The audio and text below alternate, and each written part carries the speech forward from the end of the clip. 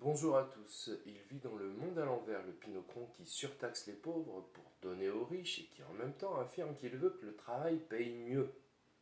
Et en bonus se prend pour un gilet jaune. Il vit dans le monde à l'envers, le Pinocron qui dit on met un pognon de dingue dans les minima sociaux. Et en même temps, il fait de l'assistanat pour riches, à hauteur de 300 milliards d'euros par an. S'il vous plaît. CICE, dette, évasion, fraude fiscale, etc. Mais rassurez-vous, C'est normal. Les pauvres, c'est fait pour être très pauvres et les riches, très riches. il vit dans le monde à l'envers, Pinocron qui dépouille les Français de leur protection sociale, et en même temps les taxes de Gaulois réfractaires au changement. Il vit dans le monde à l'envers, le Pinocron qui disait dans ses vœux 2018 sera l'année de la nation, et qui en même temps a passé l'année à y mettre le feu. Et après, il arrive la gueule enfarinée en disant oh oui, c'est moi le pompier. Il vit dans le monde à l'envers, le Pinocron, qui a été élu président de la République française et qui en même temps ne jure que par la souveraineté européenne. Il vit dans le monde à l'envers, le Pinocron, qui disait « Je vous servirai à tous les Français avec humilité et amour », et qui en même temps se fait le serviteur haineux et arrogant de la finance apatride. Il vit dans le monde à l'envers, celui qui condamne les fake news et en même temps s'appuie sur des fake news pour bombarder la Syrie.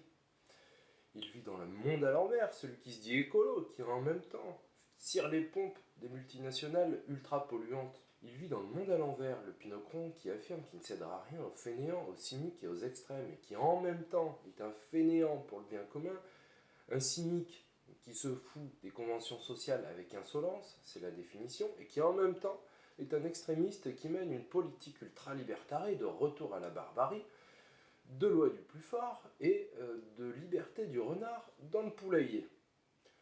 Et la solidarité, oh. Il vit dans le monde à l'envers, le Pinocron qui affirme qu'il veut apporter un toit à tous les sans-abri et qui en même temps n'a pas cessé de s'attaquer aux Français, à baisser les APL, à baisser les budgets des centres d'hébergement, à réduire les pensions, etc., poussant les étudiants, les chômeurs, les salariés, les patrons de PME, les fonctionnaires, les retraités à la misère et dans la rue. Il vit dans le monde à l'envers, le Pinocron qui confessait le 20 novembre éprouver de la compréhension. Alors même qu'au bout de 3 mois, il n'a toujours rien compris à la contestation populaire. Puis vous noterez au passage qu'on éprouve une émotion humaine, comme la compassion. On éprouve un besoin, on éprouve une difficulté, mais on n'éprouve pas une compréhension intellectuelle. Il vit dans le monde à l'envers, le Pinocron, qui dit qu'il n'acceptera jamais la violence et qui en même temps utilise la violence d'État tous les samedis contre les gilets jaunes pour réprimer les manifestations qui sont pourtant de bon droit. Il vit dans le monde à l'envers, le Pinocron qui mutile les Français et en même temps s'autoproclame le scarifié. Il vit dans le monde à l'envers, le Pinocron qui se dit à l'écoute du monde rural et qui en même temps passe son temps à le massacrer à la tronçonneuse. Il vit dans le monde à l'envers, l'enfant roi qui lance un grand débat avec des adultes en les appelant mes enfants et qui en même temps fait des monologues de 40 heures, verrouille la procédure, les revendications des Français. Tout ça pour arriver à quoi? À imposer un consensus et qui lui dira bah effectivement, vous avez bien fait de garder le cap. Le roc, le pic, le cap.